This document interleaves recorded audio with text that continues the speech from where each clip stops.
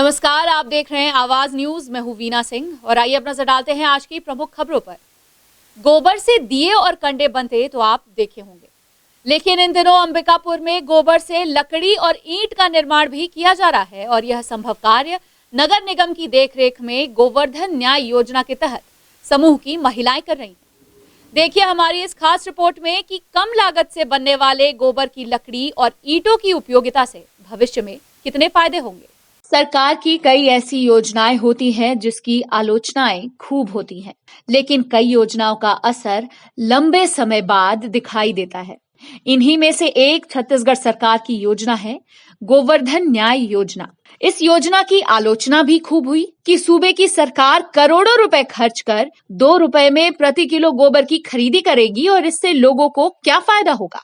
लेकिन सरकार की गोवर्धन न्याय योजना सरगुजा जिले में मील का पत्थर साबित हो रही है। ऐसा हम इसलिए कह रहे हैं क्योंकि 2 रुपए प्रति किलो के गोबर से अब समूह की महिलाएं लकड़ी और ईंट का निर्माण कर रही हैं। दरअसल अंबिकापुर नगर निगम को शासन की ओर से गोबर के ईंट और लकड़ी बनाने की स्वीकृति मिली थी। स्वीकृति मिलते ही निगम प्रशासन ने मात्र 60,000 रुपए खर्च कर डीसी रोड स्थित SLRM सेंटर में मशीन लगवा दिया। इसके बाद समूह की महिलाओं को प्रशिक्षित कर गोबर से लकड़ी और ईंट बनाने का कार्य शुरू हुआ। गोबर से लकड़ी और वृक्ष बनाने के लिए शासन से हमको स्वीकृति प्राप्त हुआ था। गोबर से लकड़ी बनाने के संबंध में लगभग 60 से 70 हज़ार रुपया उसका कॉस्ट है और उस आधार पर हमने परचेज़ किया है। हम 2 मशीन हमने परचेज़ किया हुआ है, जिसमें गोबर का पूर्णतः उपयोग करते हुए, गोबर का सदुपयोग करते हुए उससे लकड़ी हम बनाने का काम कर रहे हैं। उक्त लकड़ी में मूलतः जो है एक मान के चलिए कि जैसे एक क्विंटल अपना मान लो लकड़ी एक क्विंटल मान लो गोबर लग रहा है तो उसका 50 केजी के आसपास लकड़ी अपना बनता है। तो ये एक प्रकार से हमने एक ऐसा लगभग मानक लगभग तय किया हुआ है। कम लागत में बनने वाली गोबर की लकड़ी और ईंट की डिमांड काफी बढ़ गई है। सर्दी के इस मौसम में इसका उपयोग अलाव जलाने के लिए किया जा रहा है। साथ ही जेल में खाना बनाने के लिए गोबर की लकड़ी और ईंट का इस्तेमाल भी होगा। जेल प्रबंधन ने नगर निगम को इसके लिए ऑर्डर भी दे दिया है। यही नहीं, शव को जलाने के लिए भी अब गोबर की लकड़ी और ईंट उपयोग में आएगी। ये जो मर जाएंगे उसी में काम आ जाएगा और लकड़ी से भी पेड़ पौधा भी बच जाएगा और मतलब हर चीज़ वह भी काम आ जाएगा। और जो गोबर जो लेते हैं खरीदते हैं 2 रुपया, वो इकट्ठा करते हैं। फिर जूना नवा होता है ना, तो पुराना वाला जो गोबर इकट्ठा करके उसमें जो लकड़ी का मुरादा नहीं आता है उसमें फेंटते हैं, जैसे मिट्टी का मिलाते हैं उस टाइप का, और फिर ला के मशीन में डालते हैं, फिर लकड़ी बनता है। लकड़ी का डिमांड काफ़ी, गोबर की लकड़ी का डिमांड काफ़ी ज़्यादा आ रहा है, क्योंकि अभी विंटर सीजन में हम लोग अलाव जलाते हैं तो अलाव जलाने में भी उक्त लकड़ी का प्रयोग किया जाएगा। उसके अलावा जेल से भी डिमांड आया हुआ है। जेल में भी जो खाना पकता है वहाँ भी जो भट्टी जलने के लिए उसका भी डिमांड आया हुआ है, जिसका हम लकड़ी बनाकर हम उसकी पूर्ति हम कर रहे हैं। मात्र 6 रुपए प्रति किलो में बिकने वाली गोबर की लकड़ी व ईंट के फायदे अनेक हैं। एक तरफ पर्यावरण को फायदा तो पहुंचेगा ही, साथ ही जलावन लकड़ी की अवैध कटाई पर भी काफी हद तक रोक लगेगी। यही नहीं, समूह की महिलाएं गोबर की लकड़ी व ईंट का निर्माण कर आत्मनिर्भर बनेंगी और आम लोगों को भी इसका फायदा मिलेगा। क्योंकि गोवर्धन न्याय योजना के तहत जो गोबर हम 2 रुपये पर केजी के हिसाब से खरीद रहे हैं, तो उस गोबर का हमने एक तो हम वर्मी कंपोस्ट हम बना रहे हैं, जिसका भी काफ़ी ज़्यादा डिमांड अभी लोगों के बीच से आ रहा है। और इससे गोबर से जो हम लकड़ी बना रहे हैं, इससे निश्चित ही जो सामान्य जो पेड़ों की कटाई जो होती थी वो उन लकड़ी की कटाई पर बिल्कुल ही एक प्रकार से लगाम लगेगी और बहुत ज़्यादा सहायक होगा, क्योंकि यह जलने में इजी भी है और इसका प्रयोग हम अभी क्योंकि अलाव के समय भी हम करेंगे ही। और इसका रेट भी हमने लमसम जो सामान्य लकड़ी जो रहती है उसके रेट के अकॉर्डिंग ही रखा है। लगभग 6 रुपये के हिसाब से हमने 6 रुपये पर केजी के हिसाब से हम इसको बिक्री कर रहे हैं। और साथ में ये मेन फोकस हमारा ये है कि जो गोवर्धन न्याय योजना के तहत जो गोबर खरीदा जा रहा है तो उस समूह को सस्टेनेबल बनाने के लिए, और क्योंकि जो है गोबर 2 रुपये पर केजी के हिसाब से खरीद रहे हैं और उसको हम 6 रुपये के हिसाब से पर केजी के हिसाब से यदि हम बेच रहे हैं तो लगभग 2 रुपये के आसपास का कॉस्ट जो है वो डायरेक्टली उसको एसएचजी को मिल रही है। तो एक प्रकार से वो आत्मनिर्भर गौठान के रूप में भी निर्मित धीरे धीरे होते जा रहे हैं। गोवर्धन न्याय योजना के तहत 2 रुपए प्रति किलो बिकने वाले गोबर की अहमियत तो आप समझ ही गए होंगे। इसलिए आप भी गोबर से बने लकड़ी और ईंट को खरीद कर घरों में इस्तेमाल करें ताकि हम और आप प्रशासन के साथ मिलकर पर्यावरण को बचा सके और समूह की महिलाएं भी आत्मनिर्भर बन सकें। आवाज न्यूज के लिए अंबिकापुर से सोनू केदार की रिपोर्ट। लखनपुर ब्लॉक में बंद पड़े अमेरा खुली खदान में ग्रामीण को कोयला चोरी करना महंगा पड़ गया। मिट्टी धसकने से सुरंग में 24 घंटे तक फंसे रहने के बाद ग्रामीण की इलाज के दौरान मेडिकल कॉलेज अस्पताल में मौत हो गई। इधर खदान प्रबंधन की शिकायत पर लखनपुर पुलिस ने मृतक के खिलाफ अपराध दर्ज किया है। विगत 2 वर्षों से बंद पड़े लखनपुर स्थित अमेरा खुली खदान में आए दिन आसपास इलाके के ग्रामीण मिट्टी खोदकर कोयला चोरी करते हैं। इस दौरान ग्रामीणों के जान जाने का जोखिम तो रहता ही है, लेकिन घरेलू उपयोग के लिए जान की परवाह किए बिना खुली खदान से ग्रामीण कोयला चोरी करते हैं। इसी कड़ी में कोयला चोरी करना एक ग्रामीण को महंगा पड़ गया और उसे अपनी जान गंवानी पड़ी। दरअसल मंगलवार को एक घटना सामने आई जहां 55 वर्षीय रंजीत राम नाम का एक ग्रामीण अमेरा खुली खदान में कोयला चोरी करने पहुंचा था। ग्रामीण कोयला निकालने के लिए मिट्टी खोद रहा था, तभी अचानक मिट्टी धसक गई और वह एक गहरी सुरंग में बुरी तरह फंस गया। यही नहीं, सुरंग के अंदर ग्रामीण 24 घंटे तक जिंदगी और मौत से संघर्ष करता रहा। वहीं बुधवार को खदान क्षेत्र में लगे प्लांटेशन की सुरक्षा कर रहा फायर वॉचर सतार सिंह वहां पहुंचा तो उसे कराहने की आवाज सुनाई दी। इसके बाद फायर वॉचर ने पास जाकर देखा तो ग्रामीण सुरंग में फंसा हुआ नजर आया। तब जाकर फायर वॉचर ने स्थानीय लोगों की मदद से ग्रामीण को किसी तरह सुरंग से बाहर निकाला। इसके बाद एसईसीएल प्रबंधक के सुरक्षा कर्मी सहित अन्य लोगों को घटना की जानकारी के बारे में पता चला। वहीं सूचना पर परिजन भी मौके पर पहुंच गए और एसईसीएल प्रबंधन की मदद से परिजन पीड़ित को गंभीर स्थिति में इलाज के लिए लखनपुर सामुदायिक स्वास्थ्य केंद्र लेकर गए। यहां प्राथमिक उपचार के बाद उसे मेडिकल कॉलेज अस्पताल रेफर कर दिया गया, लेकिन 24 घंटे तक इलाज चलने के बाद पीड़ित की मेडिकल कॉलेज अस्पताल में मौत हो गई। इधर खदान प्रबंधन की शिकायत पर लखनपुर पुलिस ने कोयला चोरी के आरोप में मृतक के खिलाफ अपराध पंजीबद्ध किया है। वहीं शव को पंचनामा पश्चात पोस्टमार्टम के लिए भेज दिया गया है। रंजीत सोनी उम्र 55 साल का अपने यूज़ के लिए, अपने स्वयं के इस्तेमाल के लिए कोयला निकालने के लिए अमेरा झील मिल गया था और वहाँ पर कोयला निकाल रहा था अपने लिए। तो उसी समय ज़मीन धंस गया और अंदर में दब गया। तो उसको लेकर आए दिनांक 2 को दोपहर में गया था वो और उसी समय दबा था तो लेके लखनपुर इलाज के लिए लाए। वहाँ के जब देखे तब फिर वहाँ से रिफ़र करा के जिला अस्पताल अंबिकापुर लेके आए उसी दिनांक को और इलाज के दौरान 3/12 को उसकी रात में मृत्यु हो गई 8 बजे। प्रदेश के मुखिया भूपेश बघेल शुक्रवार को जशपुर जिले के प्रवास पर थे। इस दौरान उन्होंने आम सभा को संबोधित कर करोड़ों रुपए के विकास कार्यों की सौगात दी। साथ ही मंच से 2500 रुपए प्रति क्विंटल धान खरीदी करने का ऐलान भी किया। मुख्यमंत्री के साथ कार्यक्रम में खाद्य मंत्री अमरजीत भगत, शिक्षा मंत्री उमेश पटेल, कुनकुरी विधायक यूडी मिंज, जशपुर विधायक विनय भगत भी मौजूद थे। जशपुर में नवनिर्मित रणजीता स्टेडियम का उद्घाटन प्रदेश के मुखिया भूपेश बघेल के द्वारा किया गया।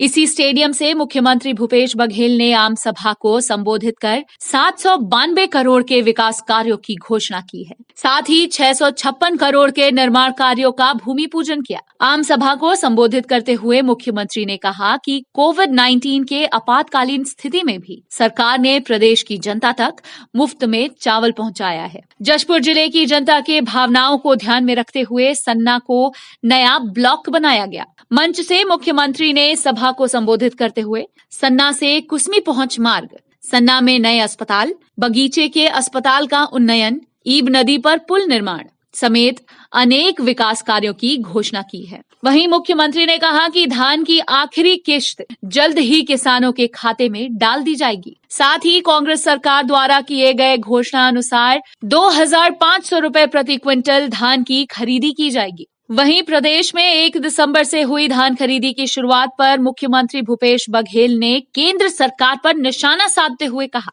कि केंद्र सरकार ने समय पर बारदाना मुहैया नहीं करवाया, फिर भी छत्तीसगढ़ सरकार अपने लक्ष्य को भूली नहीं और जो हमने किसानों से वायदा किया उन वायदे को सरकार पूरा करेगी।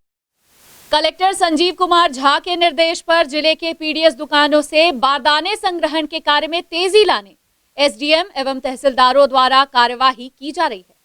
इसी कड़ी में उदयपुर एसडीएम प्रदीप कुमार साहू ने मानपुर एवं झिरमिट्टी के पीडीएस दुकान संचालकों को कलेक्टर के निर्देश पर तत्काल प्रभाव से निलंबित कर दिया है। धान खरीदी के लिए उचित मूल्य दुकानों को प्रदाय किए गए खाली बारदानों का 100% उठाव किया जाना है। प्रशासन के निर्देश के बाद भी उचित मूल्य दुकान संचालक मानपुर एवं झिरमिट्टी के द्वारा खाली बारदाने उपलब्ध नहीं कराए गए।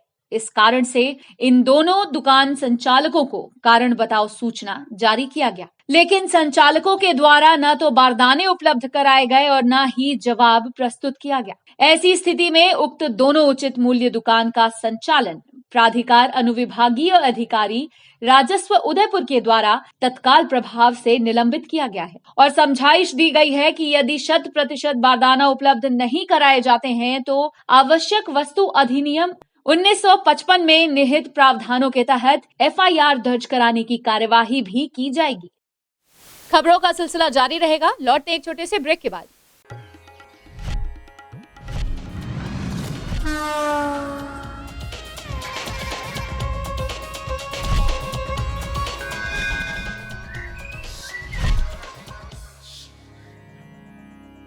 वीएम इंटरनेट सर्विस शहर का सबसे सस्ता high speed fibre internet service 100 MBPS मात्र 700 रुपए में विद टैग। तो चाहे वर्क फ्रॉम होम हो या ऑनलाइन क्लास, याद रखें वीएम इंटरनेट सर्विस। अधिक जानकारी के लिए संपर्क करें Vande Mahamaya cable network, VM internet service, Alaknanda complex, प्रथम तल, अग्रसेन चौक, अंबिकापुर, सरगुजा। Mobile number 9111785555 7440765555।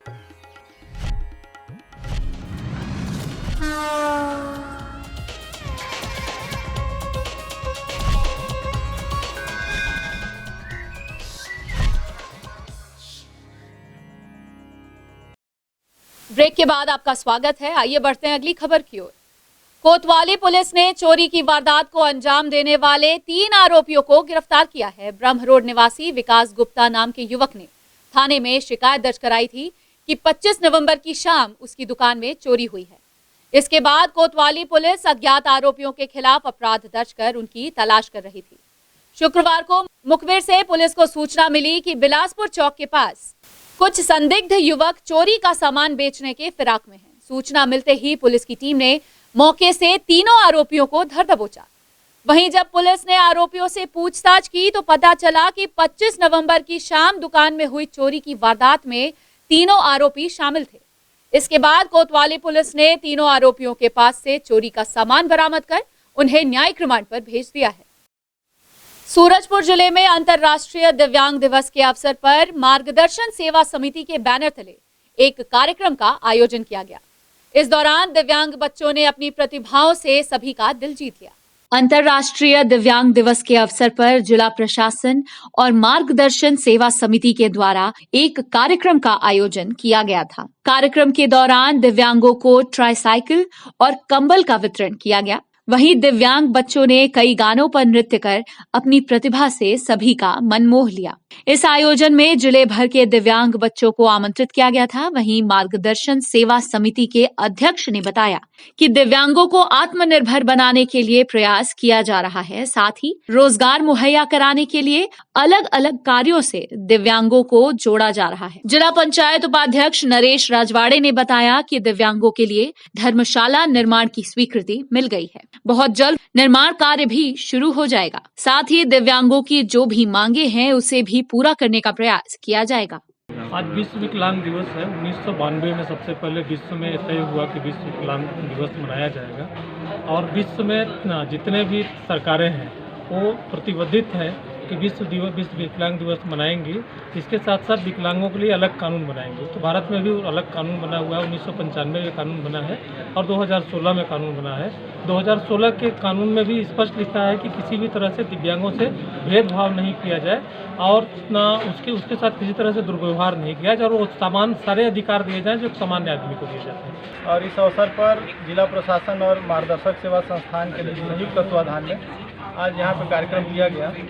दिव्यांगजनों को जो उनका ज़रूरत था उनको अंग और उपकरण दिए गए जिससे उनका जीवन थोड़ा सा सरल हो सके। और इस कार्यक्रम में हम लोग उपस्थित हुए, माननीय कलेक्टर साहब भी आए थे और भी अन्य कई जनप्रतिनिधि आए थे। जो दिव्यांगजनों का मांग है उसके लिए निश्चित रूप से हम सब मिलकर पहल करेंगे। माननीय क्षेत्रीय विधायक जी ने दिव्यांगजनों के लिए भवन की मांग की थी, महंदी भैया ने मार्गदर्शक सेवा संस्थान के माध्यम से दिव्यांगजनों के भवन के लिए, तो उसके लिए भी प्रेमनगर में राशि उपलब्ध करा दी है। और भी जो समस्याएं हैं उनको सब मिलकर निश्चित रूप से निराकरण करेंगे। बलरामपुर जिले के शंकरगढ़ थाना क्षेत्र अंतर्गत कार और स्कूटी में भिड़ंत हो गई। घटना गुरुवार देर शाम की है। ग्राम सरगवा के पास कार और स्कूटी में जोरदार टक्कर होने की वजह से स्कूटी सवार दिव्यांग युवक की मौके पर ही मौत हो गई। वहीं हादसे में घायल एक युवक को गंभीर चोटें आई हैं। गंभीर हालत में पीड़ित को इलाज के लिए अस्पताल में भर्ती कराया गया है। वहीं शंकरगढ़ पुलिस ने कार चालक के खिलाफ अपराध पंजीबद्ध कर कार्यवाही। बुलेटिन में फिलहाल सिर्फ इतना ही। शहर से जुड़ी खबरों के लिए देखते रहिए आवाज न्यूज। इस न्यूज के स्पॉन्सर हैं वीएम इंटरनेट, अलकनंदा कॉम्प्लेक्स, प्रथम तल, Agrasen Chowk, Ambikapur, Surguja, Chhattisgarh. VM internet service शहर का सबसे सस्ता high speed fibre internet service. 100 MBPS मात्र 700 रुपए में विद टैग। तो चाहे वर्क फ्रॉम होम हो या ऑनलाइन क्लास, याद रखें वीएम इंटरनेट सर्विस। अधिक जानकारी के लिए संपर्क करें Vande Mahamaya cable network, VM internet service, Alaknanda complex, प्रथम तल, अग्रसेन चौक, अंबिकापुर, सरगुजा। Mobile number 9111785555 7440765555।